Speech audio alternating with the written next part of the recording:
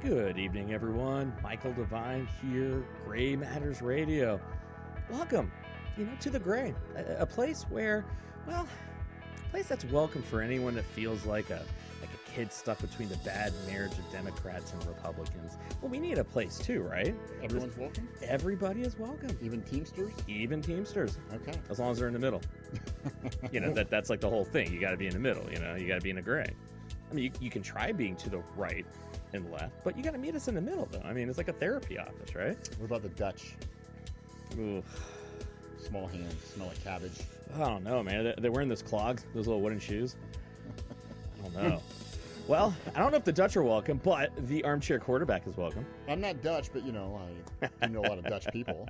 Not really. But... I don't know. I think actually, technically, I got some Dutch in my family. Pennsylvania on my Dutch? mom's side. I don't know if Pennsylvania Dutch, but Dutch. We were discussing Belschnickel before we Uncle came on Bearschnickel, I know. Yes. I know. Have you been impish? Apparently I have. I'm actually kind of disappointed. We got the professor with us as always. Dad, what's going on, bud? Yeah. So why did you not? I mean, you're the German from Pennsylvania. Yeah. Why didn't you tell me about Uncle Bearschnickel? Were you not familiar? See, how does he not know? So when you're off the air, you're gonna have to look up Uncle Bearschnickel. He is like the German angry Santa Claus. He even has like a Santa Claus outfit, but it's like shit brown or maroon, and yeah, he's kind of angry. Belschnickel. Uncle Bearschnickel. Yeah. Well, since you're moving back to Columbus, and we will do a telling of Uncle Bearschnickel for Christmas, so you'll actually get to partake in that. So it should be exciting. All right. He counts as lucky stars. Yeah. Now, speaking of evil, all right. So I'm just gonna dive right in tonight because our show ran way late or way long last time, and so I'm gonna try to be a little more. Was that because you spent a lot of the program yelling at me? Well, last what? I mean, it's not my fault. You're obtuse and maybe unrealistic. I'm just saying. You were yelling at me. I was trying to play devil's advocate. I got yelled at. Well, I mean, if maybe you weren't kind of impish, maybe I wouldn't have to yell.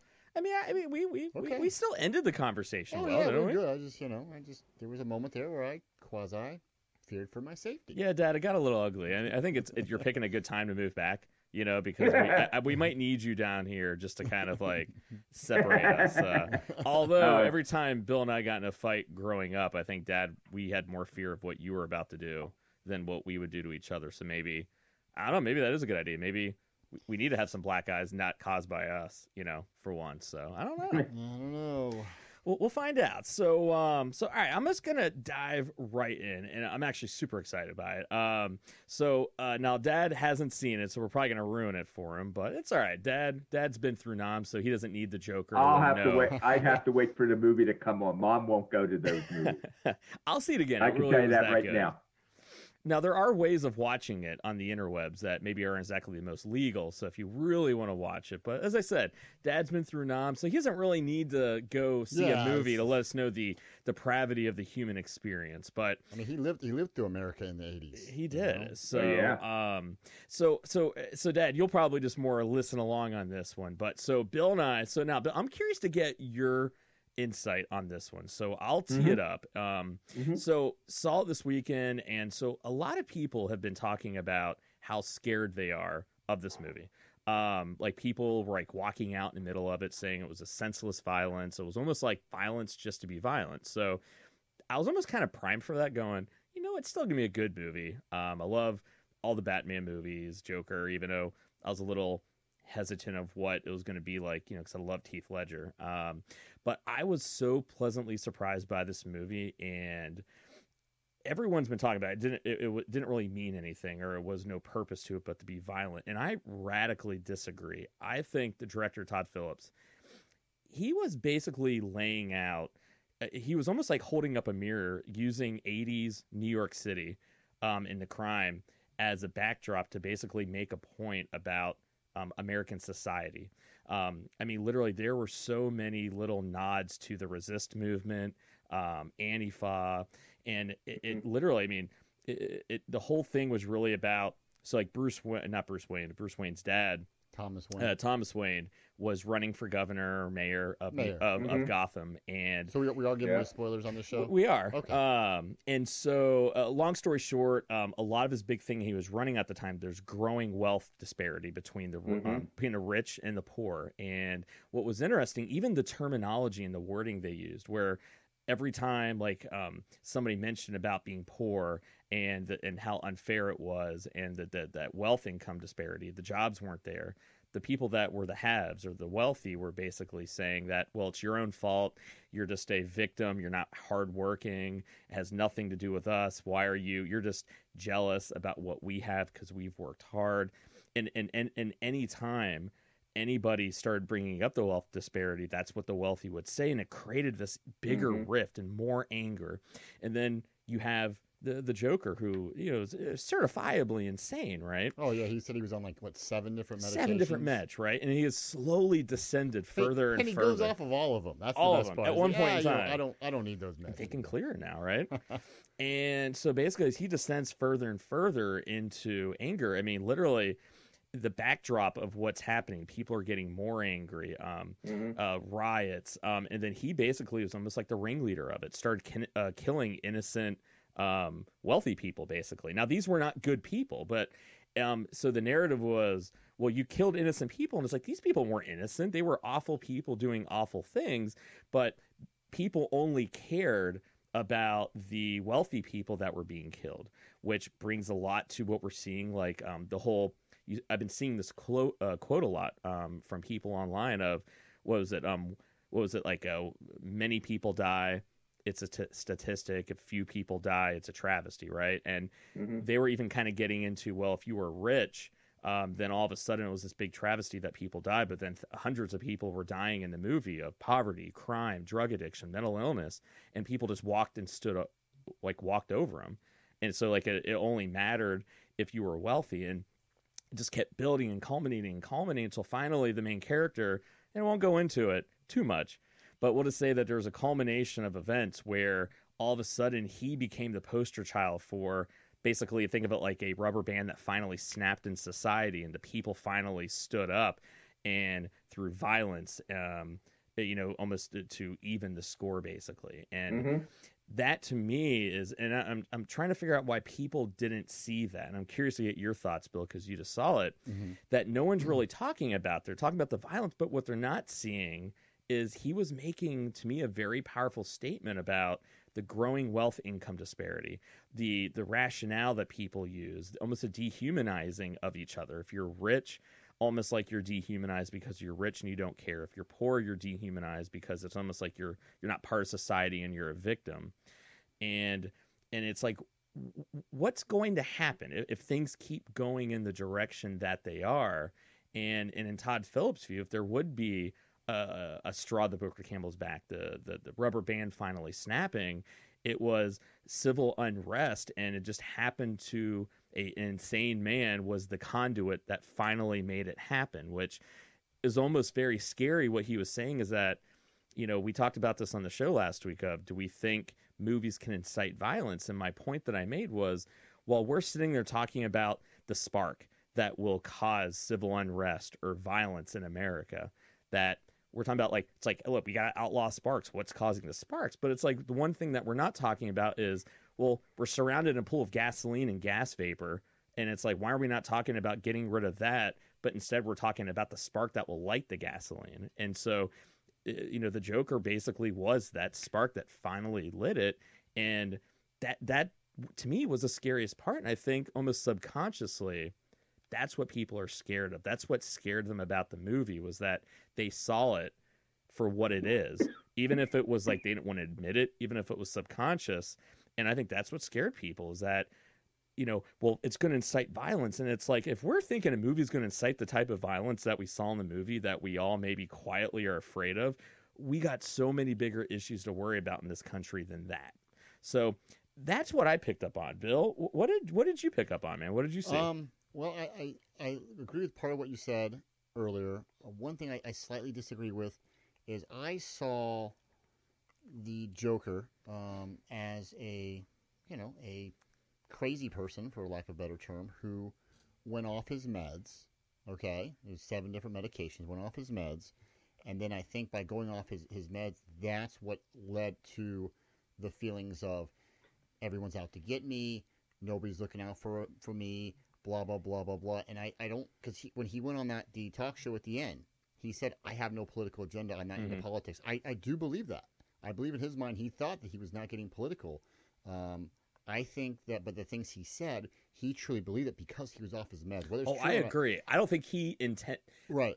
I think the people latched onto him because he became the figure. I don't think he set out for that. I think he kind of saw this thing rising in the city where people started wearing the clown mask and people started doing, and he got a kick out of that, and he was like, yeah, but I don't think he set out for that. I think, in a weird way, it's a little bit like, it reminds me a little bit of Donald Trump, which is weird because Thomas Wayne clearly was a Donald Trump figure in that movie. I mean, the people that were against the rich held up signs that said resist. Yeah. I caught that. Yeah. I mean, there's little things they did. I said, okay, I he wasn't veiling it at all. Right. And it was like, I'm going to run for mayor. And I was just like, okay, I get where you're going. Yeah. But it was weird because then I got the Joker character remind me a little bit of Trump, as in he's not the perfect guy to quote unquote lead our cause. And I'm not saying my cause, I'm saying Trump supports our cause. But he's the one that's, like you said, the conduit who's going to take us to that next level. So while the Joker is flawed, people still flock to him as a leader type character, the same way that they flock to Trump despite his, despite his shortcomings. Yeah.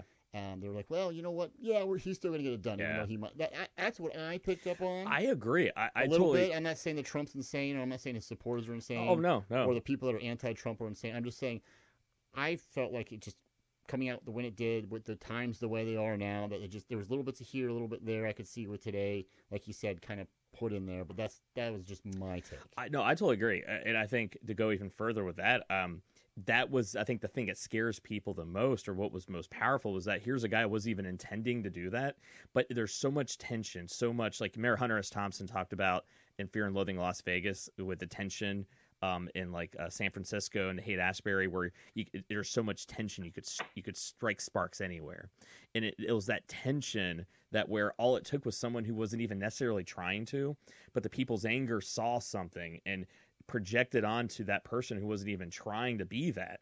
But the thing is, at the end, though, you saw with his tears where he owned it then after that, because he finally felt like a belonging. People looked up to him.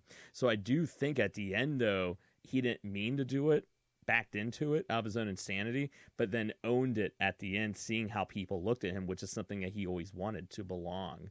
What happened to him at the end? I don't like. You gotta wait. You gotta watch it. I'm gonna say this. I won't be getting to see it on the screen or anything. Seriously, what happened to him at the end? So basically, he goes on live television. He was invited on to basically the Johnny Carson show, which was Robert De Niro's character. Even the curtains. Even the curtains were exactly the same. It kind of sounded like the Johnny Carson theme. So he basically tried doing stand up, and he failed miserably, and they were making fun of him. And so Robert De Niro wanted him on the show to make fun of him. And so unwillingly invited this guy on, and basically kind of took over the show, went on a diatribe, and just shot him live on air, pulled a gun out. He's like, I'm going to tell you a joke.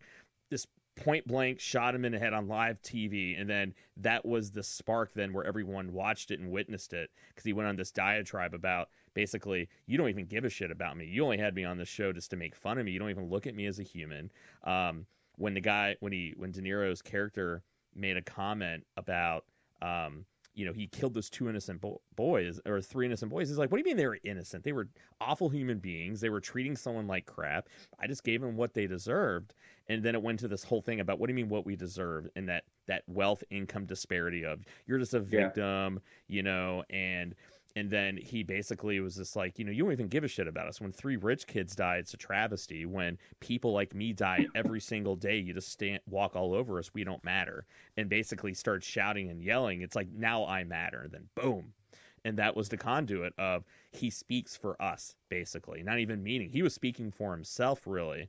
And I think he became the symbol. You got it. He became the symbol. You got it. I'll tell you the truth, without even seeing on it, it has a lot of relevance to whether they were using characters or almost what happened in the French Revolution. Well, and this is what wanted. In which was the rebellion of the masses And actually, I even started looking at there to saying, could Trump literally cause a revolution by an executive order abolishing Congress and forcing it into an adjournment, in which basically that was the beginning of the French Revolution, is when they were dissolved the estate, when the rich dissolved the estate. And actually, like, and this is, and I want you to back up for a second, like, about the French, because that was one of the big reasons why I wanted you on it, because we were talking about this off the air. And so now I'm gonna throw a stat out there, and I want you to kind of talk a little bit about maybe the run up to what actually were the factors that played into the French Revolution, because that's the corollary I think a lot of people are pointing towards. So I pulled up some numbers here. So one of the biggest things that I think everyone is pointing to is the wealth income disparity gap. And so the latest numbers, this is 2018 numbers. So in 2018, we had the highest gap between the wealthy and the poor. And we keep seeing everyone touting how good the economy is, but when you really look at the economy, there are outliers that are skewing everything to the top. Because if you really look at the numbers, so the richest 10% held 70% of all household wealth in this country. So, yeah, that is up from 60% in 1989. That share, so now you look at that, within that 10%, the top 1% of that 10% own 32% of all household wealth. 1% of this country has 32% of all the total wealth, which is up from 23% in 1989. And so now, and this is where it's also very sobering, the increase in wealth, the share at the top came at the expense of households in the 50th percentile and the 50th to the 90th percentiles. Their share dropped from 29%, which was in 1989, so their share dropped to 29%. So think about it. So 50 to 90% of this country, the bottom only own 29% of all the wealth. Okay. So I mean, like, the rich got richer. Yeah, the rich got richer, and it came at the expense of the poor. So literally, if you look at the bottom 50%, they own. So if you had to guess, Bill, what percent of the bottom? So the total bottom 50%. Yeah. What percent of wealth do you think they own? The 50% of this country, the bottom 50%. What percentage? Yeah, of wealth. Like 10%. I don't even know. 1. What? I was going to say which is down from 4. So this is where it gets really interesting of, like, when we're talking about how good the economy is. And well, it's really, there's two stories. There's two economies. If you're in the bottom 50%, you got worse. You're not seeing anything. Yeah. You're not, you sell less. You went from 4% to 1, but yet the top 1%, raised theirs by almost 10%. So, I mean, think about that for a second. 10% of this country owns 70% of that wealth. And so, and also, it was just, I just read an article on it where it is now definite to where the rich are paying a lower tax. The Trump tax reduction is now impacting, and people are starting to see it, that the rich did get a massive tax reduction. And was it for the first time in history? Was it history? The middle class paid more in aggregate taxes than the richest people in this country. Well, as crazy as it sounds, and Dick, I'd like to have your opinion on this. Listen to the presidential debates earlier today. I don't listen to them. Well, I caught a little bit of it. I mean, and what they were saying, they had Warren up there, they had Biden up there, they had Sanders up there, and the moderator was saying, she's saying, your plans here, though, you're going to raise taxes on the middle class to pay for this. Mm-hmm. And with everything we just mentioned, no matter whose fault it is, Trump's fault, Bush's fault, Obama's fault, all of their faults, right? Whatever. The bottom line is, the middle class is not going to vote for more taxes when what we just said here, we're already, and I'm in the middle class, I think you are too. And, they're not going to vote for it. More tax. That's why I think Democrats are going to have an uphill battle. Well, they even said that. Amy Klobuchar, the senator from Minnesota, said you are giving Trump his talking points by saying you're going to raise taxes on a middle class. And then they were evasive about it. And then she even called her out on that, going, you're being evasive. You're sitting there knocking Trump for not being honest. You are not being honest about how we're going to pay for all this. So now, Dad, Now, Warren, in her defense, Warren did say that she would not sign any bills that raise taxes on the middle class. She did say that. She Yeah, did make but a point. Yeah, but No, I'm not you know saying she what? won't. in the same breath, I though, don't care.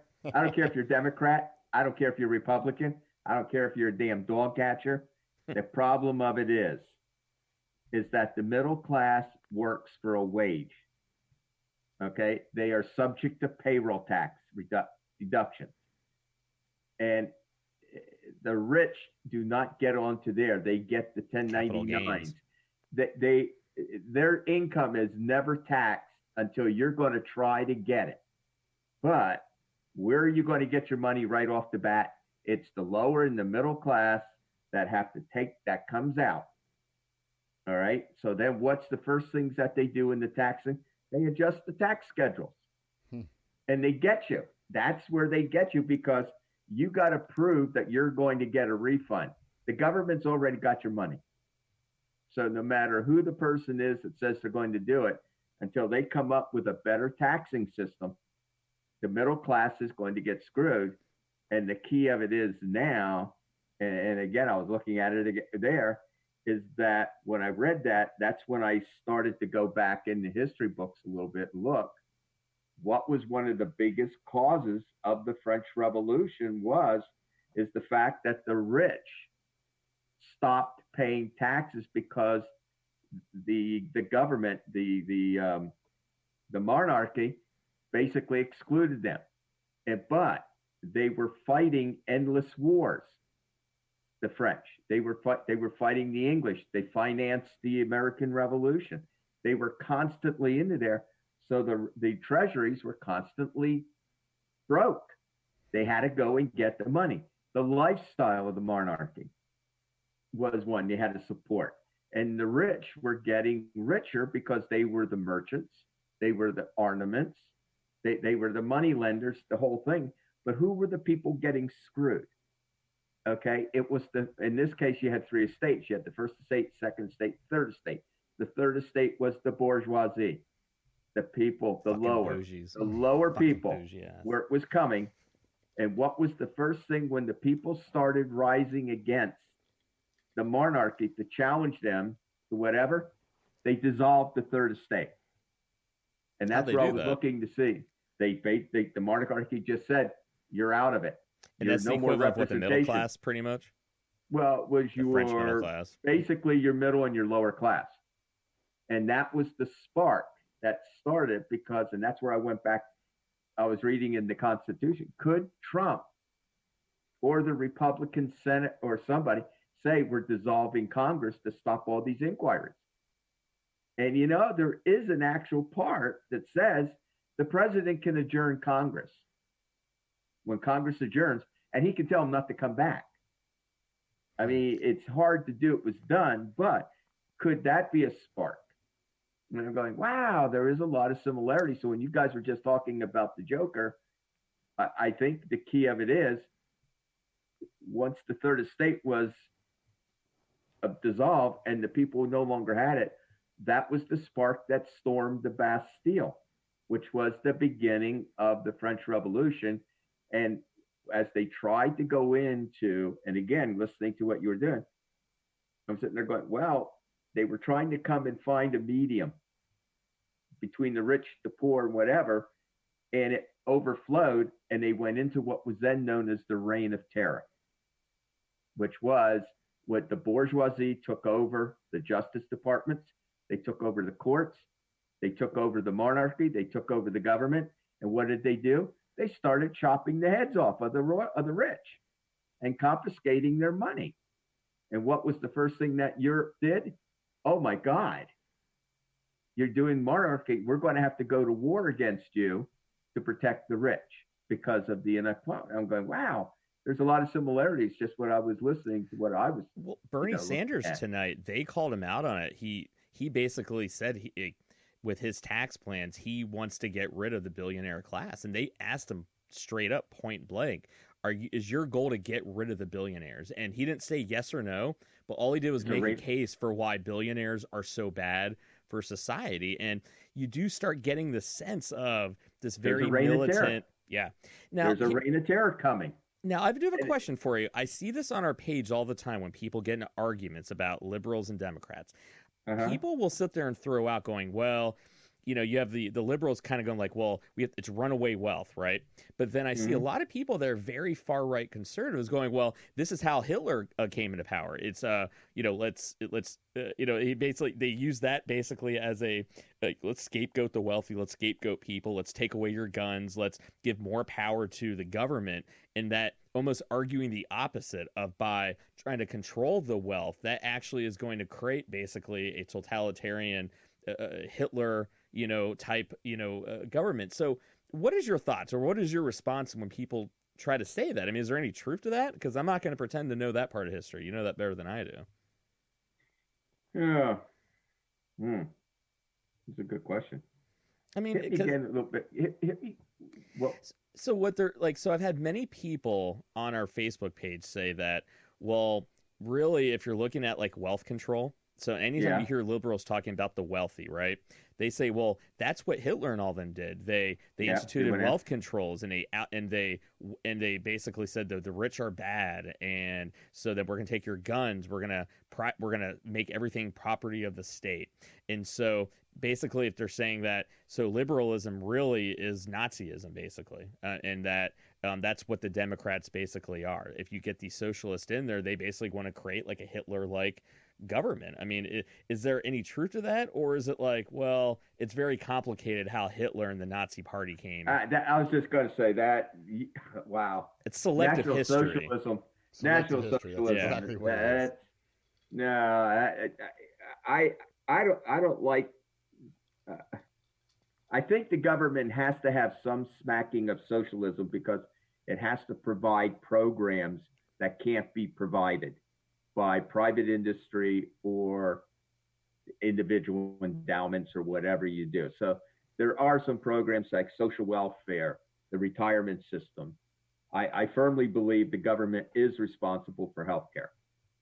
Okay. I mean, but the way these other guys are talking about it, I mean, you already have the Affordable Health Care Act. Amend it. Do something to it. Don't try to start going off scratch again and start something new. You're not going to get it passed. That doesn't make any sense. I mean, I mean, I listen to all these jerks on there. I hate to say it. I'm not, usually I'm an independent, but the 20 guys up there, they need to just take them off the thing and start all over again. But the key with National Socialism was it really actually the rich got richer. The industrialists actually got richer because what they were doing is confiscating the wealth, say, of the Jews to finance the wars. I mean, literally, Germany was broke. There was a lot of investment by American people. Henry Ford, General Motors, they were all investing in Germany in the beginning because it was a lucrative ground. The industrialists, were now making money because they were getting the war contracts.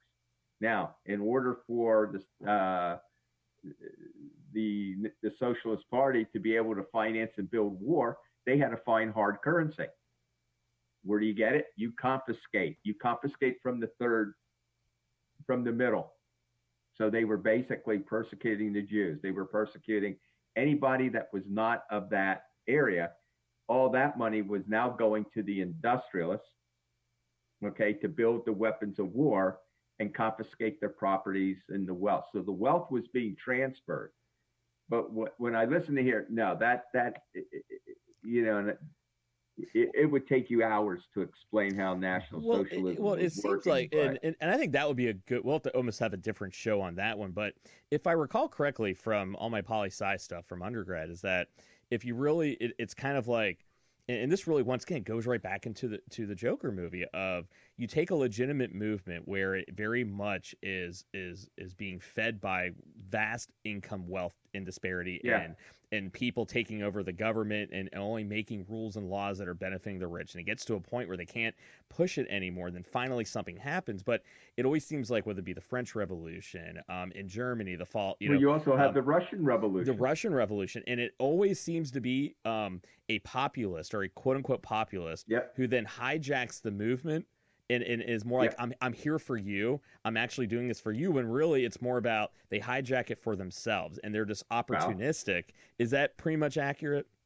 Well, that's how the Russian Revolution was coming, of all the social inequity, the rich getting richer, the inequity, and it became the feeding ground to where you had Marx and Hegel with the Communist Manifesto, dialectical materialism, to where the rise of the bourgeoisie against the proletariat was the rise in which the capitalist was always going to screw the small person.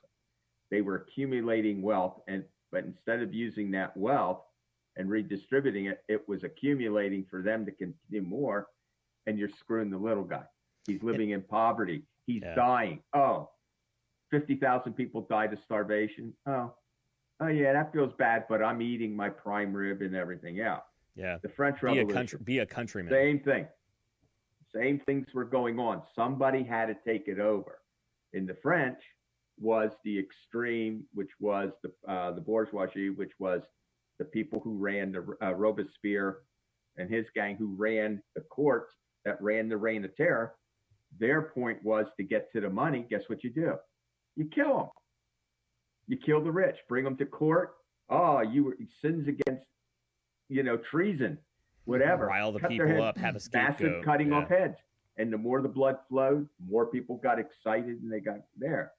To where the Russian, you had the red and the white, revolution, in which was now the communists were coming in. Actually, the communists were actually brought in by Germany. Is Trotsky and Lenin? They were in there to get Russia out of the war, and they saw it as their way to bring now their philosophy of the communism.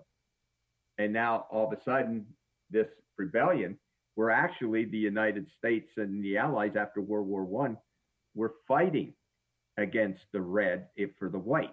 That's where you get your Ukraine. That was white Russia against red. And the United States, and the Russians never let us forget it, is we had a thing what was called the Polar Bear Armies, which were fighting on the side of the white Russians against the communist Russians. Okay.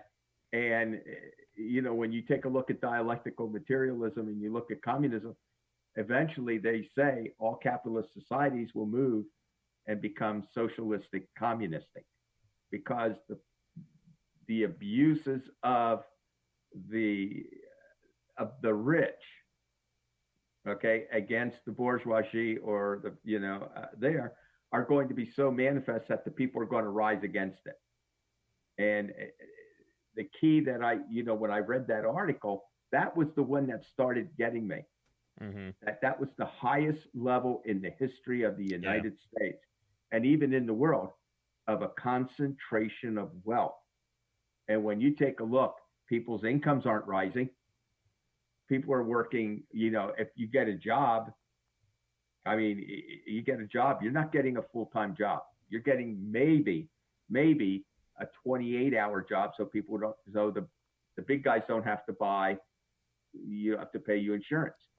And what's actually really interesting, the Cato Institute did a recent poll about what different generations think about wealth, and young Americans, like of that millennial generation and down, actually have the most unfavorable. They're most likely to view the wealthy negatively. And when you hear a lot of that socialist kind of rhetoric about the wealthy, you're kind of sitting there, and this is where it's like, and this is where, steering it to like kind of like the third act of tonight's show is that when we're looking at history, all you got to do is look at history and see that whenever the wealth income gap gets so great, every major modern society has been toppled by revolution. And then if you look at the research they're doing with like people, the more wealth income gap there is, the younger generations tend to have more of a socialistic, communistic view, a negative view of wealth, which what we're seeing here. And so people that are wealthy, they obviously are wealthy because they've obviously doing something right. good businessmen, know how to make the right moves, know how to manipulate the system, work it. They're not idiots. They know what happens with history. They see what is happening on TV. They see it in their communities. They see the anger. Literally, they're every year the rich, the Bilderberg conferences. It's basically the richest of the rich all get together to talk about big global issues. And one of the big ones they were talking about was basically civil unrest and how all these wealthy are buying land in like New Zealand, Alaska. There was a conference where a security expert was basically brought in to talk to like the 20 wealthiest people in the world, and they were asking questions of what is the best way to control people when there's a fall. So basically, if I have people who are protecting me and paying to protect me, how do I get those people to not then the very training that they have to protect me from people taking what I got in a post world where money really probably won't matter anymore? How do I prevent them from then taking what I got?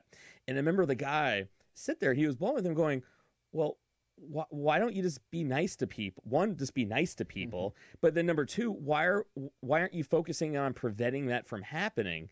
And their whole mentality, he said, which was very scary to him, was that they didn't have a mentality of how do we prevent civil unrest from happening and them having protect themselves and run off to these places. Their mentality is it's a foregone conclusion, right, and their efforts are at how do we protect ourselves from it. And that was scary to me. And that's where, like, Dad, and you and I have talked about this off air. And I'm like, when I saw the Joker, I'm like, we need to talk about this on there of like, I just feel as though, and in the term that I kind of used on the air once was that the wealthy and the power structure, and not in this country, the world, they're treating the global economy like a rental car that they are beating the shit out of. They don't care about what the consequences are to it. They're going to turn it in at the end of the day. They don't care if they're going to wreck the transmission. That's the next person. Only the planet and the government, I mean, we're talking about our climate, our economies, wealth, I mean, everything. They're treating it like it's almost like, because the way they're treating it, eventually that's going to catch up to where that will affect their bottom line, where people don't have enough money to buy things.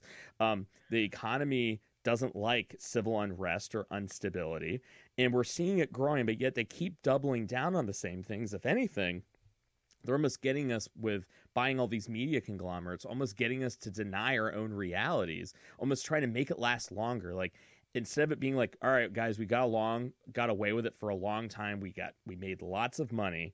It lets us kind of quit while we're ahead. They're going, no. We're going to double down on it. If anything, we're going to try to stretch it further. How can we get it to where people don't doubt what it is they're seeing? Like in 1984, the dystopian novel of don't trust what your eyes see, trust what we say. Trump literally himself said that. Don't trust what the fake media tells you. Just trust what I tell you. So we see this now. Trump is a beautiful example of Big Brother in 1984. Yeah. I mean, literally, everything's fake news, double speak. Literally. Now, do you remember, and I know B-Ray will remember this, do you remember an old movie, and I just saw it on TV? It was a thing called They Live. Oh, yeah. I love that movie. Yes. Roddy Piper. Yeah. Remember all that Yes. They were sending out waves to affect the minds. Yep. And that you only saw subliminal what they wanted you to know to keep the people. Oh, well, all I care about is I just need a job. All I care about is food. But yet when you put on the glasses, you saw everything when they disrupted the wave. You even like the money said, like, this is and when I think about it, and think about like that dehumanizing. If you're on like the more conservative side, it's who gives a shit the civil unrest is causing? Oh, how good's the economy? How many jobs have been gained? Or if it's on the other side of the ultra liberal side, the thing is that would just blow everything up. We can't have anarchy. I don't give a fuck. Like let's just burn the whole fucking thing down. I don't care. You see this almost. Yeah. It once again and they keep doing it, and that's where I sit there and go, what do they know that we don't know? Because it seems like now more than ever, it doesn't make any sense to keep doing it because they're going to blow it all up. And once again, it's like, how are you turning a rental car in when it's our planet, our climate, our economies? It's like you can't turn it in and go, well, it's your problem now. It's like, no, it's all symbiotic. So So I talked to Bill, Dad. I kind of talked to you before the show, like, hey, come up with hypotheses. Like, what is something that explains why they're doing what they are, in especially with knowledge of history. We all know where it's heading. So Dad, I'll let you start off. Like, give me a theory. What is it that we don't know that would make all this make sense? Why would they be doing this? It's I don't know. I as I said, after I read some of the economic newses that were coming out, the other one was the farmers. And I don't mean to be going into there. One of the things that is also one of the major causes or a spark has always been some sort of famine or not enough growing. In other words, food shortages. Mm-hmm. Okay. Or the populations have been growing, and with food, that usually starts because now the people start getting it even a little bit restless. Mm-hmm. Okay. So, when you add this political, you add the social, you add the economic, agricultural, food, it adds up to all the revolutions from the American Revolution, which was a little bit different, to the French, to there's a lot of common causes that start happening, from the taxing to the wealth to food, costly wars. If you look at the United States, we've been at war since, 2001.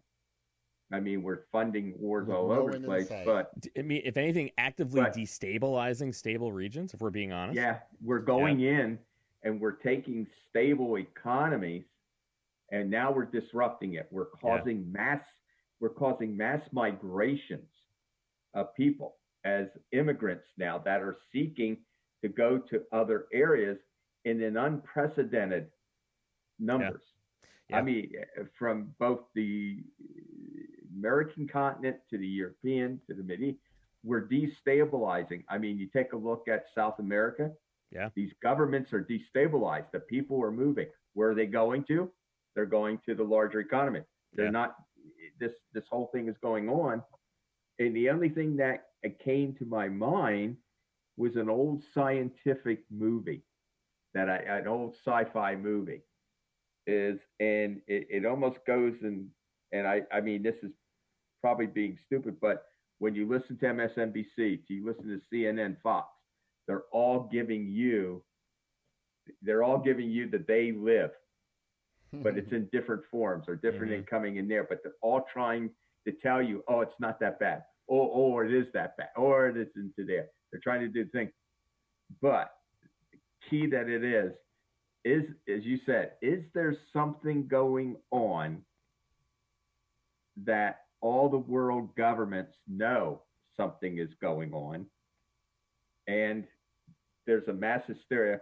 And just recently, with all these now validated UFO sightings, that they're now starting to say, it's not like Project Blue Book anymore. Yeah.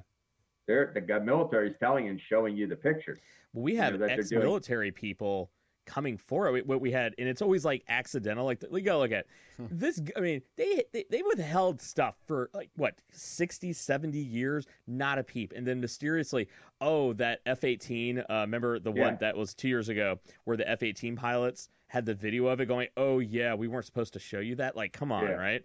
And then what was it like? I think it was a month ago. We had new reports coming out of people in the Navy basically saying, like, they're called unidentified submerged objects, or USOs, right? Down in the water. And they're saying that, oh no, they're there all the time. I don't know if you read it. I've heard about this. Yeah, but the one that was really vivid, the one that just came out like a couple weeks ago, it was multiple stories of naval operations where they're saying that, like, one story in particular of, they had Navy divers. They were doing fake bombing runs. So they would do the bombs, and then the divers would go in and attach the hoist to the bombs, lift it up, and then rinse and repeat, right? And they said it was over 2 days where the divers were in the water and the bomb was dropped, right? And then they said something came up from the deep, very big, huge, black, dark, and they said, and the guy was sitting there, like, yanking on the chain, like, get me the fuck out of here, right? Mm-hmm. And literally he said it took the bomb down, this like multiple 1,000-pound bomb, but it was like floating buoyancy, and it sucked it down, and the guy like got sucked out. And he said then, and he goes, that's happened multiple times over a couple days. And then the article even went to say on, like, and once again, these are military people saying that, oh no, this is a regular occurrence. They're constantly followed by unidentified submerged objects. It's known. And then here's what the crazy thing was. They said, whereas before they couldn't detect them, but they said I think it was in the early 2000s, every single cruiser, battleship, everything in the Navy received a mysterious software update that allowed them to actually see these things on radar now. And so they always knew where they were coming. Once again, this is all starting to come out now, where we have all of our military people talking like, oh, we've been knowing about these things for God knows how long. And then think about literally, just go online.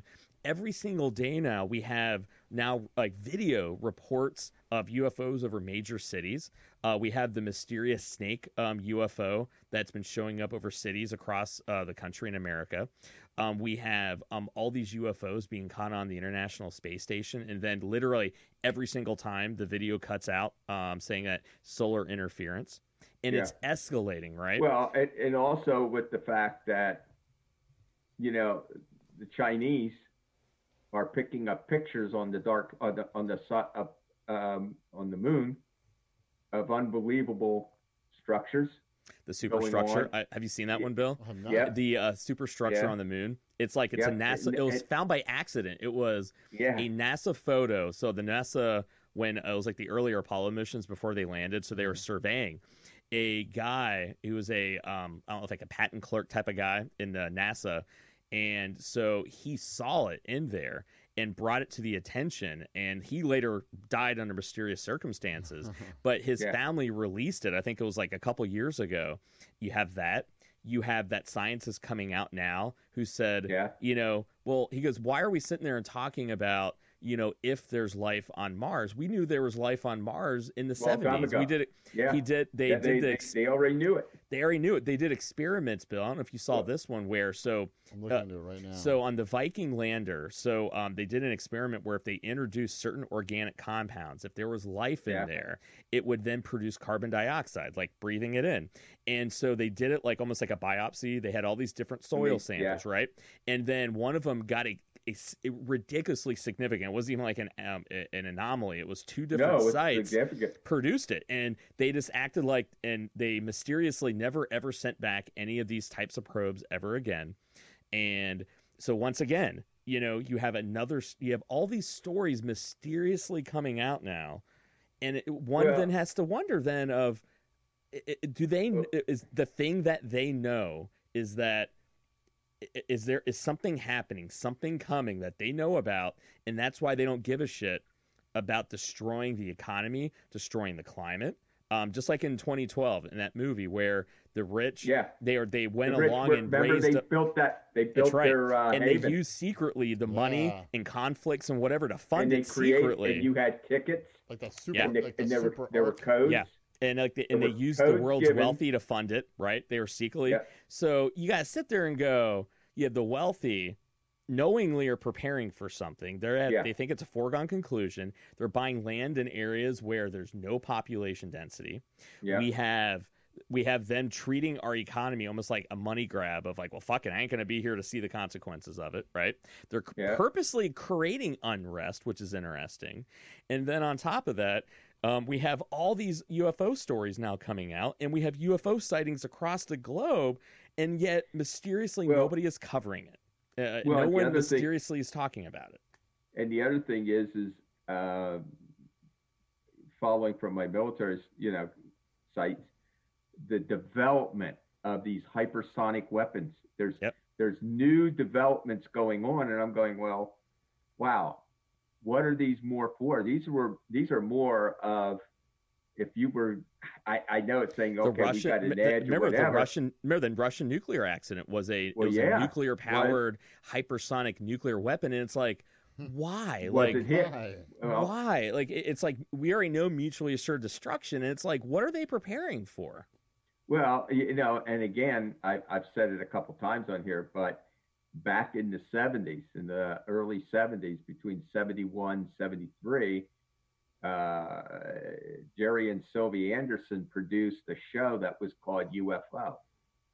And the whole premise of this was Shadow, which was the Supreme Headquarters for Alien Defense. And it was a top secret military organization of the United Nations. And they couldn't tell the people, but we were at war by the UFOs. We were being attacked. And they had a moon base. They had, the sea. They had land, air, land, sea, and space. And they had built the big bases on the moon. Yeah. They had the satellites. They had interceptors. And the big thing is that fires on Earth, destruction, as they were building new weapons to fight the people, some of these industries were being hit, and I'm sitting there going, and as they were developing brand new weapons to fight, they had to protect these industries. And I'm going, well, could we, in fact, be there? I mean, I'm going, well, my mind's just going crazy on that, but how far off was UFO to where in the 70s they saw the UFOs? Well, think about it. I mean, you had the Dulce Wars. I don't know if you are familiar with that one out in New Mexico, where you have Bob Lazar, all the stories about Area 51. Oh, yeah. You have our own astronauts basically saying that, we've seen UFOs all the time. We have them witnessing it. We know Apollo. Yeah, we know John Apollo. Glenn said he was being trailed. Yeah, it's trailed. We have the alien music that they picked up on the dark side of the moon. And here's the crazy thing is that, and I know, Dad, there's a lot of things that probably not at liberty to tell us. I say the movie They Live it could be very going on that they're down here already. Well, but this is what's crazy to me is that, obviously I've known you my whole life, and I know with the experiences that you've had in the military, I've heard maybe 3 stories my entire life, and they always come over maybe having a drink, and it's very you're telling me a little bit of it, but you're not telling me everything. And I look at, if my own dad has been hesitant to tell me some of the things that he knows and have seen, and then we have our own government who has been tight-lipped for 70 years, and now all of a sudden, snitches get stitches. All of a sudden, everybody is just talking about it. It's like, and you get this general sense, and even subconsciously, it's almost like the human spirit. We know something is off, and it's like it's like a little kid who is cranky, and it's like they're not cranky at one person in particular, but it's almost like they're taking it out on everybody. It's like the human experience is that we're angry, unhappy. It's like we don't even know where to point, but we know it's all bullshit. Younger generations think it's all bullshit. And it's like, if we're putting the pieces together, Dad, and I think if I'm reading you correctly, it's like there's people in this country that know something is about to happen. I do. I firmly and you think believe you're it. going more in the extraterrestrial route of maybe there's been some dealings going on where maybe we've used them, they've been using us, and it's getting to the point now the relationship maybe is souring, or it's coming to the end that was always going to happen, and now all of a sudden it's like well, I always go through history. I go through history, and I always say to and maybe I'm wrong, but there always had to be some type of interference to allow man to progress from being from living in a tree, going down on the ground, going from a food gatherer to agriculture, to building cities, building the architecture, finding gunpowder, anything. And I think this whole interrelationship has been going on for millions of years or whatever. Okay, thousands and thousands of years, and what's happened now? Something's gone wrong. There could be a change, and now it could be a double cross or whatever, but now it's almost like the world is at war quietly. Yeah. And so I guess but why, I guess when it's become so comical, I guess, especially when it's almost so obvious that there's something going on. It's almost kind of like, remember when I was growing up and it was like, have you been smoking pot? No. And I'm like giggling, I'm eating, my eyes are blood red, I smell like pot, and I got like burn marks on my shirt from wiping off the ash. It's almost like comical like that almost. It's like, who are you fooling? We know you've been smoking. It's like, who are you guys fooling? We obviously know something is up, but yet you keep selling the cover story, and that's what scares me more than anything. And think about it, and all this is coming when every major nation is now diving into space more. Yeah, it's almost like we mysteriously the left it. The Israelis tried to put a lander on the moon. Yeah, India's trying to put one on the moon. Mm-hmm. We're going back to the moon. Yeah. Okay, they just signed that 2024. The Chinese have rovers on the moon. Mm-hmm. Why? Okay, why all of a sudden? That's where all of a sudden my thing on UFO. One of the first things they built was moon base, because that's where they had to intercept them. Mm-hmm. You know, and they were building a unified national of the UN. It was actually coming out of the UN, but is this the precursor that the moon is the launching point, you know, for Starfleets?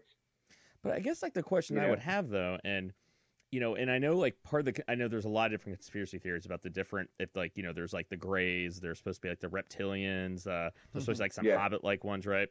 And, you know, I know one of the big prevailing, you know, theories was that basically after Roswell, they're basically the Greys and all that, they basically came into an agreement of like, all right, there's something about this planet, basically, it's very unique that they need, right? But they didn't want to kill us for whatever reason. So it's kind of like, you basically allow us to come and go and do what we're going to do, whether it be human abductions, whether it be whatever it is that we do. We're going to give you guys some technology to shut you up, but you can't tell anyone about it. You can't talk about it at all. And you're going to allow us to keep doing what it is we're going to be doing. And I know some people thought they were almost like they harness energy. They're like energy beings. And it was like part of me almost feels as though, was it like, is it the government's job to create this social unrest or discord, almost like an addict, you know, like the aliens, where they need that negative energy to feed off of, and they just keep feeding it. And it's like, but then I guess I sit there and go like, well, why isn't that then they just can't come out and say what the score is now, especially when we know it? Or is the gathering of the wealth not really what we think the gathering of the wealth is, but the gathering of the wealth and the control?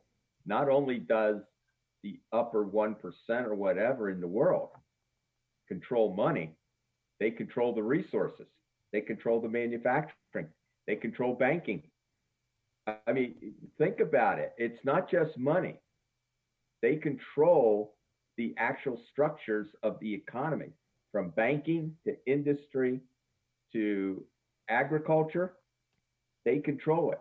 Who's to say that this upper 1%, are they us? Is that a lot of gathering people, and it's a lot of people say that they're shape-shifting reptilians. Some of the, I'm not saying I believe that, but they do have that. Now, here's what's also interesting, that if we're looking at this conspiracy theory, no, it's not a conspiracy theory, we're looking at this theory of maybe what the end game might be. I don't know if you saw this. It got very little. This is something where I always look at going, when something major happens, and not even like a geeked out thing, but like something like major happens, like a finding, and no one covers it. Think like the Las Vegas shooter. No, mysteriously, no motive, don't know why. We're just gonna never talk about it, right? Don't know what the hell happened. Still have no idea. So Google, so it's called quantum computing. Quantum computing is like the holy grail of like Skynet AI, like where it's a type of computing where it's a different architecture, and it makes like the fastest computer that we have now, like a fucking abacus, basically. And so to put it in perspective, so they've always had a quantum computer in theory. And now remember, multiple people have all come out and said, technologists, ex-KGB, ex-CIA, saying whoever harnesses artificial intelligence and quantum computing first will rule the world, right? So Google, okay, they had in theory, or a proof of concept of a quantum computer for a couple years, right? But it was, once again, proof of concept. For the very first time, they actually had they have a working model of a quantum computer. So now, to put it in perspective how fast this computer is, there's an equation that they use in computing that basically, to know if something is truly a quantum computer. It's a math equation. So for the fastest of the fastest supercomputers, it would take something like, I think it was like 10,000 years or maybe 1,000 years for it to process this thing. Okay. In their test of this new quantum computer, this is a couple weeks ago. You know how long it took the quantum computer to process the equation? Any guesses? So think about it. About 1,000 years, right? So, Dad, you say 10 years, Bill? 5 years. No, I'm saying it was about 10 minutes. No, 37 seconds. Yeah. So think about that. That is, we look at all the problems of like understanding. Understanding like how to cure cancer, viruses, mapping the universe, faster than light travel, dark. I mean, literally everything is about we don't have the computing strength, right? And here we have the biggest. I mean, there's more of a chatter about the next PlayStation that won't be released till next year, a video game system, and we have a quantum computer that what would take the fastest supercomputer over 1,000 years of process. It did it in 30 some odd seconds. And now, mind you, that wasn't even a fullest working copy of it.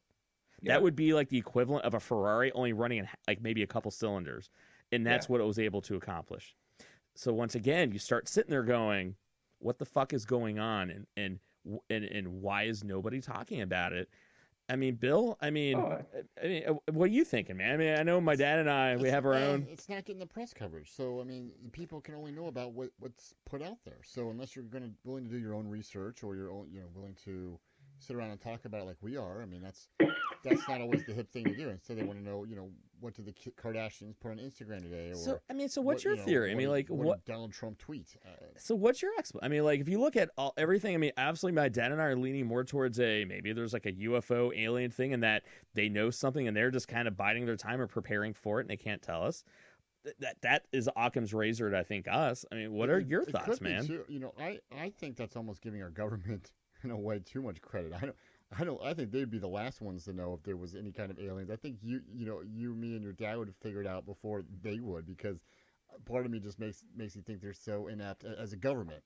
Individual, the people are smart, but you put people together. Yeah, look at the military ain't the government, though. Well, they obviously know already. The military, I think, knows. Right, I think the military knows a lot. No, I'm talking about our leaders. I'm talking about our presidents or vice presidents, Congress. That plausible deniability. Right. What was it? Kennedy was capped? Well, no, I don't think they tell him because they wouldn't know what to do with it. Well, think about it. Before Kennedy, what was it, a week or two before he was killed, he actually has a letter, it's framed, him asking the CIA for everything they know about UFOs. Oh. Yeah. Yeah, it was like, a week or two before he was killed. Yeah. Yeah, I don't think they would tell him that. I think there is probably a shadow government on some level that operates. Absolutely. See, that's what I think the deep state is. The deep state has nothing to do with what Trump thinks the deep state is. Yeah, I think even Clinton asked for verifications on UFO. Well, did you see that video of him on, how was it, Jimmy Kimmel or one of the late night shows where body language experts were tearing up, like when they asked him, he had a body language to him where it was it's not dichotomous, but it was misleading. What he said didn't match at all what his body language was, and they were looking to his body language of, he was almost saying, no, there is nothing. There's nothing at all, Yeah, it's too scary to even talk about. That scares the shit out of me more than anything, is that if there is a truth out there, and even nowadays when it's so obvious there's something that they still can't tell us, that should scare the shit out of a lot of people. If there's some truth to it. I have a theory. If the people, in fact, think about it. If everybody knew that there was contacts, you'd have so much civil unrest, you'd have riot. Yeah, because people stop paying taxes. Oh yeah. People stop going to work. Yeah. Sure. You have looters, rioters. End of days. People. Your whole structure would break. Yeah. People would go totally insane. Bonkers. And I'd probably be one of them. Yeah. I ain't going to work tomorrow. Well, I'm just saying. Smoke them if you got them, folks. My ass has seen how fast that Shelby will go without a speed limiter. Well, and I mean, if you take, go back to the 50s and the 60s, and then in the 70s, the Air Force's Project Blue Book. We know that shit. Pat at Dayton was one of the leading people that were Project Blue Book. Yeah. Was there. I mean, and the whole mantra of the Blue Book Project was we got to dispel it and come up with some really weird things so that people think it's swamp gas. Yeah. Or swamp gas.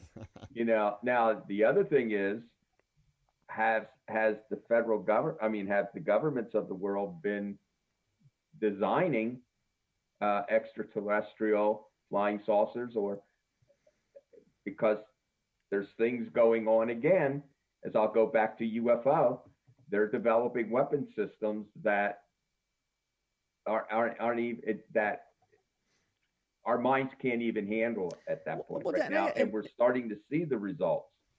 Well, I don't know. Let me ask you this, and we're gonna wrap this thing up. And Bill, I want to get to your kind of theory here, but I want to ask you this. All right, now I'm not gonna put you in a spot and have you. My theory is just a joke, by the way. It's not a real I'm not gonna have you divulge or talk about anything, because conversations we have are private. But I do want to ask you this, all right? But with the experiences you have had, all right, and why is it that what feeling or what is passed on to people like yourself who have obviously privy to things not a lot of us aren't? Why is it even years later that there's still a fear or a hesitancy, and not to put emotion in your mouth, but why is there still even hesitancy to even talk about these things, even with like loved ones? Like, what is it that is conveyed to, if I talk about this, like what's going to happen? Like, can you shed a light on that one? Because I think that's something that a lot of people don't understand. Like, why just not talk about it? Like, what is it? Like, is it like an unspoken fear? Like, what is it, man? I think it's the fear of the unknown. It's not, if you look to the Bible, there are many, many stories, descriptions that have where man interacted. Okay, if you read Von Duyken, Chariots of the Gods. And I followed Von Duyken. I went to a lot of his lectures. Rod Sterling. There's so many examples to where, if you read the ancient scripts or the writers who didn't know better, is there was always this interaction at some point between mortal man and something of the gods, the chariots of the gods, whatever. Okay. But I think what is the thing is that we have read or been told that interactions with people from the other worlds is not going to be on the pleasant side. Mm-hmm. It's going to be on where we're going to be mass eaten up. Yeah. We're going to become food. We're going to become destroyed. You go back to the 50s and all the science fiction movies, that all our interactions with anybody from outer space was killing. Well, even what Stephen Hawking said, he goes, the history or the record of an advanced civilization coming across a lesser advanced civilization isn't a good record. That's what I mean. Now, to this day, Dad, well, I was going to ask, like, to this day, like, well, is there? I try to parse my words here carefully, but like, to this day, with the things that you've seen or told not to look at, talk about, whatever, do you still have that fear or that feeling of, I'm not supposed to talk about this? Like, what is imparted to keep silence by the people that obviously know? Like, do you still have that fear of, like, I should not be talking about certain things that I've seen? Like, I think it's because sometimes it's hard to really explain it to people who maybe not privy to it. Yeah, or they didn't see it, or they're of a different set. It's sometimes better just to keep it to yourself, Yeah. But if you remember the old the day the Earth stood still, okay, remember what he said to him? We don't give a shit what you guys do on your own planet. It's when if you guys want to kill yourself, we could give a shit what you do. But once they got to the rockets and they started the bomb, and they started moving to space, what did they say? We're here to tell you, cool it and retract, or we're going to just wipe you out. Now, wasn't that a lot of the theories as to why we didn't go back to the moon? They basically told us to not go back. I don't know. I sit and I look at that saying, I think we think we're advanced. I think to the other worlds, we're so primitive. We're just like a little bunch of ants running around on an anthill. And as long as you guys want to do everything to yourself, just go ahead. See, I've had that kind of theory as to like why maybe they don't say anything or why they don't come out. Is that what if it was like we are so inconsequential to them, almost like they look at us like we're ants, and it's like and that would be what would be more damaging, the fear of they're going to use us and destroy us for whatever reason, or we are so insignificant, our intelligence is so insignificant to theirs that they really could give two shits about us. And literally just like we don't give a shit if like we're building, let's say, a deck and we have to go over an anthill, we're not going to go out of our way to avoid that anthill. We're not going to go out of our way to like purposely destroy it, but we're not going to think twice about it. And imagine if that was their intelligence to ours. As the clinician, I don't think the human condition could handle that. And I think that would be bigger, I think, more cataclysmic than anything. And I think that's what everybody's there. You know, the other part is you think about it, and again, are they actually already here? And they're just watching us. Is that the rich? Yeah. You know, watching to make sure that over the development of the earth, is that really a colony, which they let there as a grand experiment to see what went on, and then they play like little games, or as in the development of it, we're going to give you atomic energy, we're going to build in and give it to you, you know, to help you along. But in some cases, instead of taking those new ideas and using it for peaceful, we used it for the wrong purpose.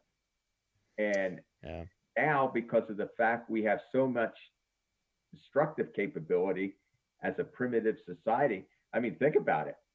We'd rather kill each other than have peace. We would rather be at war than peace. It's more intrinsic. It's almost more congruent to hate each other and to constantly be at war than it is to be at peace. So, and in advanced civilizations, it's not war, it's peace. Yeah. They learn to live with it. And that now what we see now, we're being a little bit more observed by everybody because of the fact they don't know where we're going. And as they start looking at, you got China going out into space. You know, for a while there, you just had the space station. Yeah. The shuttles. Now, all of a sudden, we're sending a lot of things to Mars. We have the X-34 that's in space constantly, that mysterious space plane. Yeah, and we're sending things deeper into space. Yep. And we're now they're sitting there going, ooh, wait a minute. And that's where I always think of the day the Earth stood still, saying, hey, as long as you guys were on your own planet beating the shit up out of each other, we weren't really caring. But now you're starting to move things. What's the next step? Well, we already know. We've put atomic weapons into space. We've put atomic weapons in space. We've broken all the treaties. We have killer satellites. We have lasers that can blow up things. And that's where I keep thinking that maybe, and we just don't want to, you know, that I don't think some of these movies were so far-fetched in their implications. And that's, hey, man, it's Occam's razor when you apply it to this, man. You almost sit there and kind of go, it seems like it might be the most logical explanation, you know? And I just say this, but throughout our whole history, you know, and again, there's always been this privileged class, and I've always tried to put my hand on it. Where did it come from? Where did, you know, how, you know, and no matter how you look at it, the instrument that they've always used to gain this power has been the government. Well, think about it. You have these weird lineages, like about like type Rh blood types, saying that's almost kind of like odd. It doesn't really make a lot of sense. You have the Ashkenazi Jews, where they're very big on their bloodlines, their lineage. Yeah, it's interesting, you know. I mean, so basically, I think we're in trouble, though. You know, I honestly, I agree. A long way since the Joker. You know, honestly, if we're looking at, once again, and I'll wrap this thing up here, you know, because you know we've obviously come here full circle, you know, but I think, you know, the take home kind of message is that something is obviously afoot. Obviously, when we're sitting here kind of going, we're all educated people here. We're all very, you know, we have an open mind, but we still are people. In fact, when we're really struggling to come up with other explanations as to like what is the end game here, because we all know where it's heading, that's where we need to take kind of a step back, going like, what the fuck do they know, and what's going to happen? And we get the sense of it's escalating and happening quicker. And it is kind of scary. And I think we got to start kind of really asking the right questions. And at least we're asking the right ones tonight. I think what we're advocating on this should be the next set of questions on the Democratic convention of like, so what is your idea about, what are you going to do about aliens when they come back? Right. So it's it is scary, and it's just, and it makes me kind of worry with raising my daughter, seeing what's happening, having a front seat to it.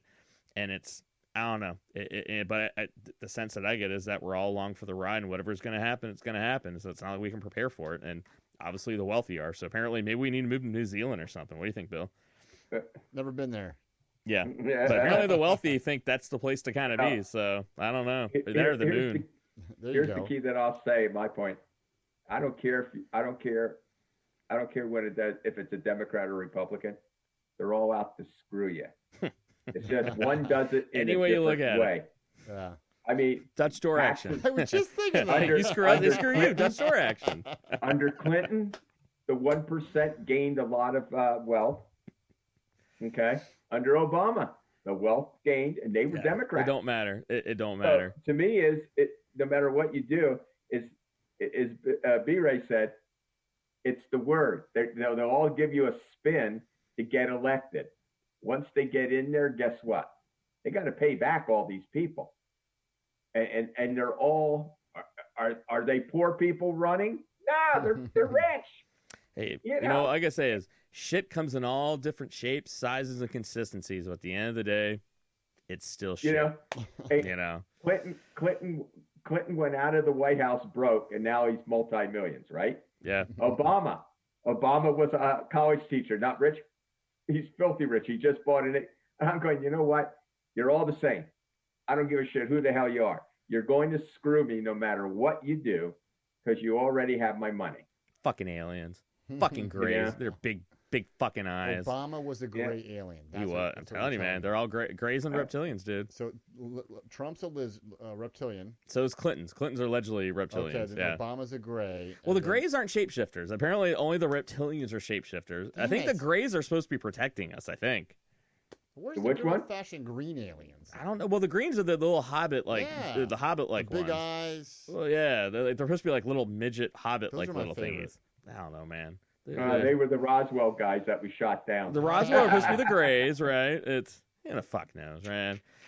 All right. Well, Dad, thanks for helping us straighten out. Usually, you look at your parents like, "Hey, make me feel better," and now I just feel like I need to drink and now you're horrified. Sleep next to my gun and hope there's not a fucking alien. So, Dad, thank you for making me feel so much better in America. We thank you. But we do appreciate you, Pops. You are the professor for a reason, and I think whenever you kind of have these conclusions, you're not that crazy yet, and when you are, I'll put you in a home. But it's all right. I'll tell you the aliens are after you, and the Greys did it. So yeah, give me the diaper. Yeah. Well, now the diaper that'll be like step 1 of crazy. Step 2 of crazy will be that's when it's like, hey, he's talking about fucking Greys are after him, and I don't know, man. You just need to run. So, Bill, any final words on this uplifting and positive my theory is installment? That the Joker is an alien. Ooh, he could be. I mean, you don't know that he's not. Real quick. Now you got me interested in the Joker. It's a good. Wasn't there like a what? Was it like a little Twilight Zone or something where it was like the attack from clowns from outer space? Killer clowns. Yeah. Killer clowns from outer space. Yeah. So you never know. I liked the Joker when he had a girlfriend for a minute and then to soon reveal that it's all in his head. Yeah. I was like, oh shit, that's all because I thought he got her pretty easily. Yeah. For being such an odd character to begin with, and then they went back and showed that it was all just in his head. And I was like, okay. It was moving so well. Dad, you got to see it, man. How about when you come back? When you come back, we'll go see it. It'll still be in the theaters. The last 10 minutes make the film, especially for the diehard Batman fans like myself.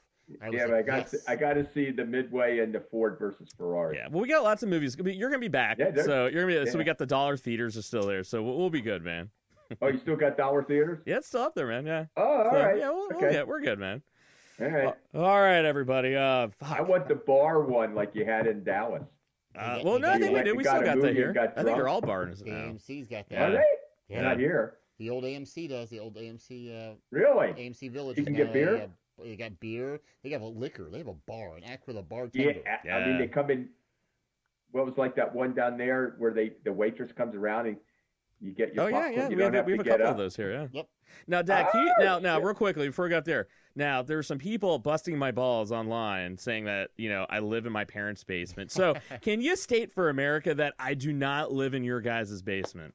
No, unless you're here in Eastern PA. Yeah. See, all right, America, I do not live in my parents' basement. But your parents are moving back to Columbus here in just a matter of a couple Maybe of they're weeks. going to live in my basement. So maybe you can move back in their basement if you play your cards right. Yeah, but the gray is in the present, not the future.